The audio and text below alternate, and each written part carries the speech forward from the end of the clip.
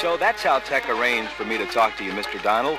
You see, I'm taking Automotive Shop and I have to write a report explaining how one of the electrical systems works.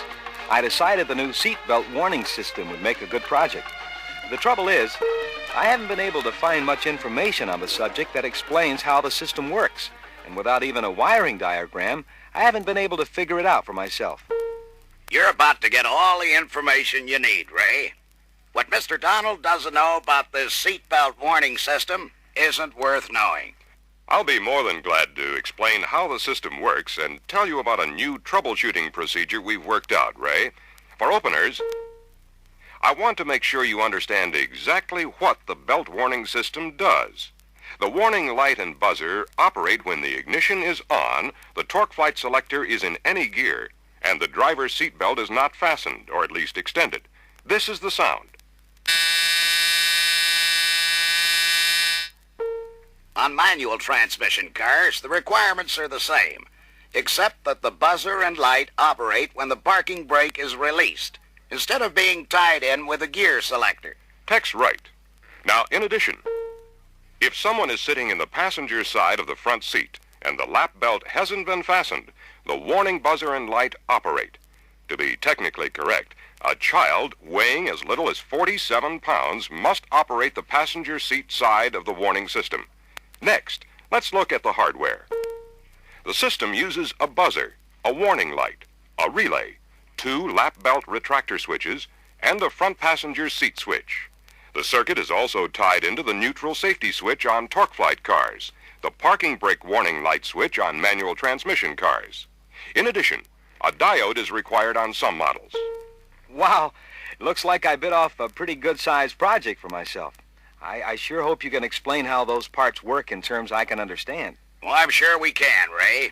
And for a bonus, we'll explain how to locate the trouble if something goes wrong. This part of the circuit diagram shows the feed part of the buzzer and light circuit.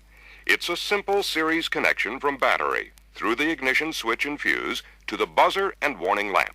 As you can see, the buzzer and the lamp are connected in parallel. I'll cover the ground side of the circuit in small bites that will be easy to digest, Ray. The ground side of the buzzer and lamp is connected to the driver's seatbelt retractor switch. When the belt isn't extended, the switch is closed, completing the circuit to the ground at the seatbelt relay. What does that relay do? The seatbelt relay is actually a ground circuit switch. The important thing to remember is that the warning system ground circuit is open when the relay coil is energized. The warning system only works when the relay is not energized and the ground circuit is closed. For example, on a torque flight equipped car, the transmission neutral safety switch is closed when the selector is in park or in neutral. The closed neutral safety switch completes the ground circuit for the relay, and with ignition on, the relay is energized and the ground switch is open. I get it. Since there's no ground for the buzzer and light, they don't operate when the selector's in neutral or park. Right. Now, on a manual transmission car, the parking brake warning light switch controls the ground circuit for the seatbelt relay. If the parking brake is applied, the buzzer won't buzz and the lamp won't light. On the other hand, with the parking brake released, the ground circuit for the relay coil is open. The relay ground switch is closed and the belt warning system is activated when the ignition is on. And the buzzer tells the driver to fasten his seatbelt. Now I understand how the driver's side of the circuit works. How about the ground control circuit for the passenger side?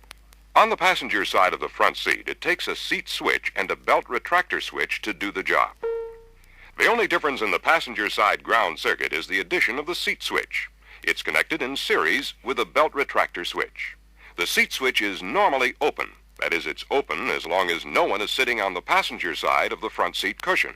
However, when someone sits in the passenger seat, the seat switch closes. If the seat belt isn't pulled out, the passenger belt retractor switch remains closed and the warning signals operate, providing the ignition is on and the torque flight selector is in gear. Since the passenger belt switch is connected in parallel with the driver's belt switch, the warning system can be activated by either seat belt switch.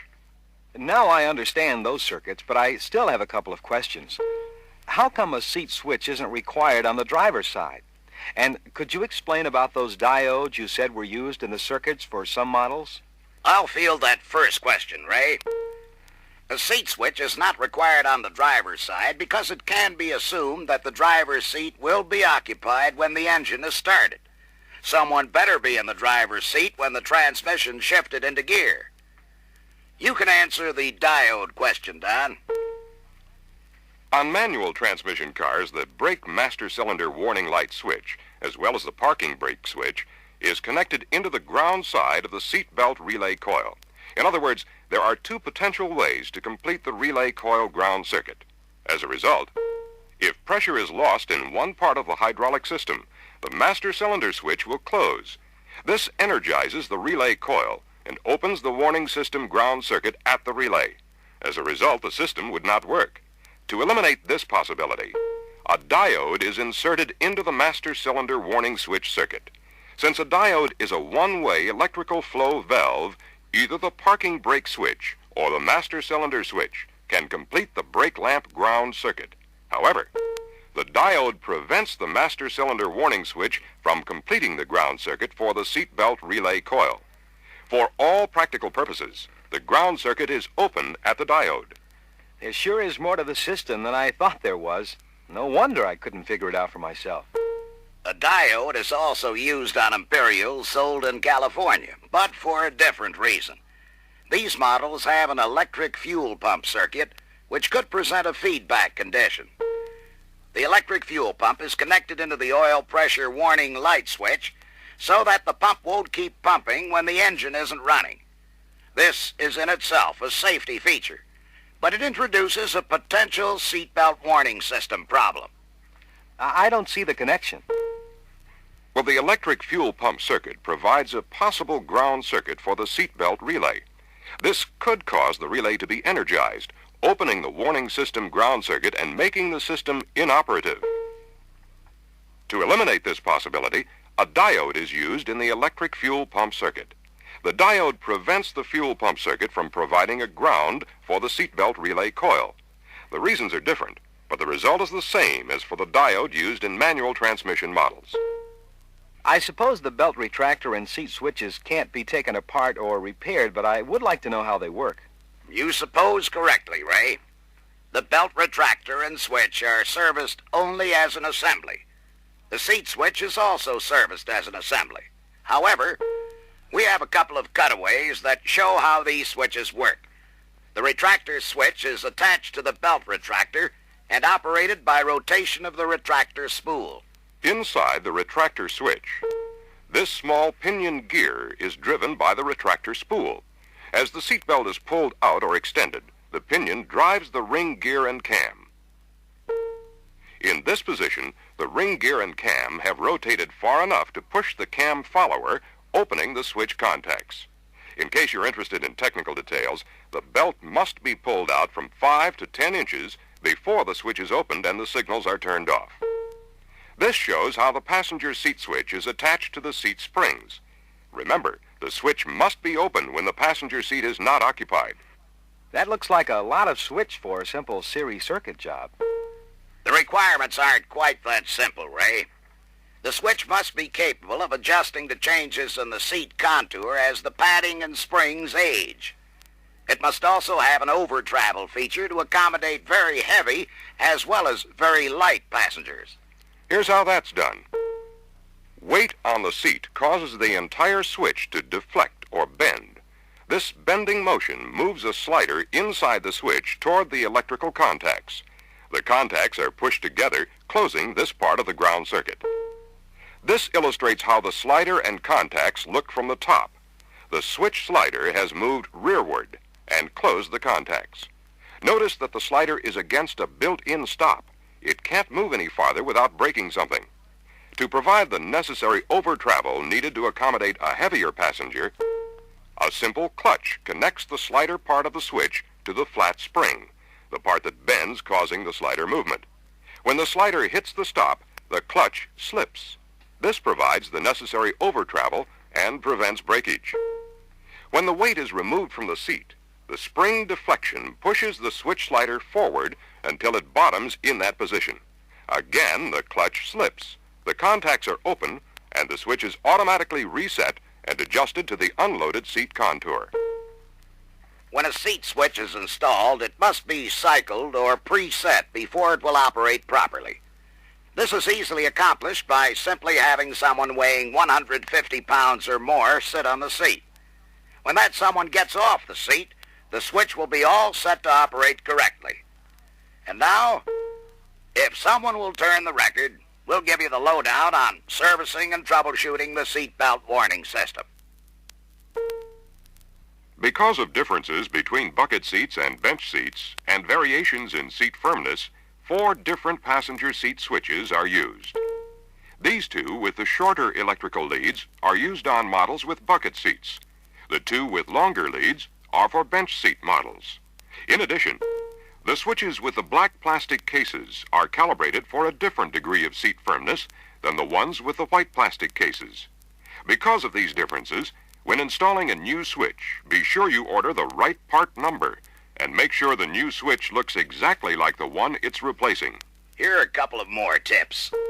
There is only one correct way to attach the seat switch to the seat cushion springs. A wide piece of tape marks the attachment point for the front switch clip. On some models, rear clip location is also critical, so a narrow piece of tape is used to show you where to attach the rear clip. If the switch clips are attached to the wrong spring loops, the switch may not operate correctly. Worse yet, incorrect attachment could result in breakage of the rear clip. Here's one more tip before Don tells you about troubleshooting the system. Since the seat switch must operate under quite light loads, a heavy object on the passenger side of the front seat may activate the warning system. For example, a heavy parcel, a big briefcase, or even a lady's loaded handbag could close the seat switch contacts. Owners should know that this is normal. That's a good point, Tech. We've worked out a troubleshooting procedure that's just about foolproof. It's based on an 8-step checkout procedure that you can perform in 1 minute, a little less if you hustle. In case of trouble, this checkout will tell you what's wrong and what to test first. Except for a couple of voltage checks, you can perform all of the required tests with a continuity test light and a test jumper wire. You'll find the complete checkout and troubleshooting procedure in this month's reference book. Don will explain how you use this information. The purpose of the 8-step checkout is to determine the exact conditions under which the system isn't working properly. You simply perform each numbered checkout step until the trouble shows up. Then, turn to the corresponding troubleshooting procedure and follow the recommended test steps until you locate the cause of trouble. For example, if the seatbelt warning system doesn't do what it's supposed to do at checkout step number 3, turn to troubleshooting procedure 3. Perform each test until you uncover the exact cause of the trouble together with the recommended correction. Get into the car, Ray, and I'll tell you how to run through the complete checkout procedure. For checkout step 1, the torque flight selector must be in neutral. Close the door to keep the ignition key buzzer quiet. Turn the ignition on, but don't start the engine. The buzzer and light should remain off. Checkout step 2 tests the buzzer and warning light. With ignition still on, move the torque flight selector lever into reverse or any forward drive gear. The light should come on and the buzzer should sound. Checkout step 3 tests the driver's seatbelt retractor circuit. Pull the lap belt out of its retractor at least 10 inches. This should turn the light and buzzer off. Step 4 checks the passenger seat and retractor circuit. With the driver's belt still extended, slide over to the passenger side of the seat. The buzzer and light should come on. To test the right front lap belt retractor switch, pull the passenger belt out of its retractor at least 10 inches while holding the driver's belt extended. This should turn the buzzer and light off. Next, release the right front lap belt, making sure that it retracts all of the way. Keep the driver's belt extended. The buzzer and light should come on. Release both belts and then turn the ignition off. The buzzer and light should go off. Double-check the circuit by turning the ignition on to make sure the buzzer and light come on again. For the final check, put the selector in park. The buzzer and light should go off. Actually, check out steps 7 and 8 are precautionary safety checks, and if something is wrong, you'll find out what the problem is before you get to step 7. It sure didn't take long to check this warning system out, but suppose it had flunked checkout step number 1 and the buzzer and light had come on when they should have remained off. How would I locate the trouble? You'd follow troubleshooting procedure number 1, Ray. The first test step is obvious. If the car starts in neutral and park, the neutral safety switch is okay. It is closing and providing a ground circuit for the seat belt relay coil and opening the warning system ground circuit. To test the relay circuit, remove the relay connector. If the buzzer and light go off, the trouble is in the relay or in the relay operating circuits. To check out the relay circuits, connect a continuity light between the brown wire ground terminal of the connector and the blue wire feed terminal. If the test light comes on, the circuits are complete and the trouble is in the relay.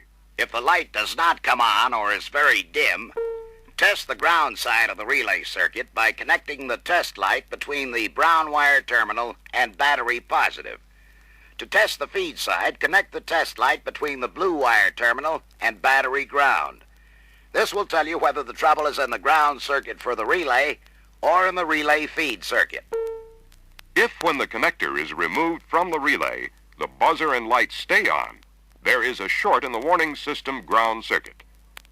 The next step is to find out whether the short is in the instrument panel wiring harness or the body harness. To do this, disconnect the warning system ground circuit connector, which is located in the side cowl. If the buzzer and light remain on, the dark blue wire in the instrument panel harness is shorted. On the other hand, if the buzzer and light go off when the circuit is opened at the cowl connector, the short is in the body wiring harness, one of the seat retractor switches, or the seat switch. You can use the test light to check for a ground short in the seat retractor switches. Simply connect the light from battery positive to one of the retractor switch terminals. The test light should not come on. This wiring diagram gives all the color codes for the wires. It also shows the location of the various wiring harness connectors. This will help you track down wiring harness shorts. Now, just to make sure you understand how our troubleshooting procedure works, I'll explain one more test procedure. If in checkout step 2, the warning light and buzzer both had stayed off when they should have come on, the trouble could be in the neutral safety switch, the fuse, the driver's belt retractor switch, the seat belt relay, or an open circuit in the wiring. That's a lot of could-bes. To track down the exact cause, follow troubleshooting procedure number 2, starting with the neutral safety switch. If, with the selector in reverse or any forward gear, the car does not start, the neutral safety switch is okay, and there is no short in the wire that connects it to the relay. Next, make sure the fuse is okay. You can do this by turning the ignition on and applying the parking brake. If the brake warning light does come on, the fuse is not blown. That's because on all models, the seatbelt warning system and the brake light share the same fuse. Good point, Tech. Step 3 checks the driver's belt retractor switch to make sure the contacts are closed when the belt is retracted. You can do this by connecting a hot lead to one switch terminal and the continuity test light as a ground jumper to the other switch terminal. The test light should light. To test the seat belt relay, remove the connector and use a jumper to ground the gray wire terminal of the relay connector. If the buzzer and light come on, the relay is not properly grounded, or it is not working and should be replaced. If you haven't located the trouble up to this point, you'll have to check for a loose connector or an open circuit somewhere in the wiring harness. The logical way to go about this is to find out whether the open circuit is in the instrument panel wiring harness or the body harness. I hate to sound the warning buzzer on this session, Don, but we've run out of time. I certainly am much obliged to you, Mr. Donald, for the time you've taken to explain the seatbelt warning system. You're more than welcome, Ray. Here is a copy of this month's reference book so you can study the remaining test procedures. We've put a very complete explanation of the seatbelt warning system in the reference book. It also contains the complete checkout and troubleshooting procedure for both manual and torque flight models.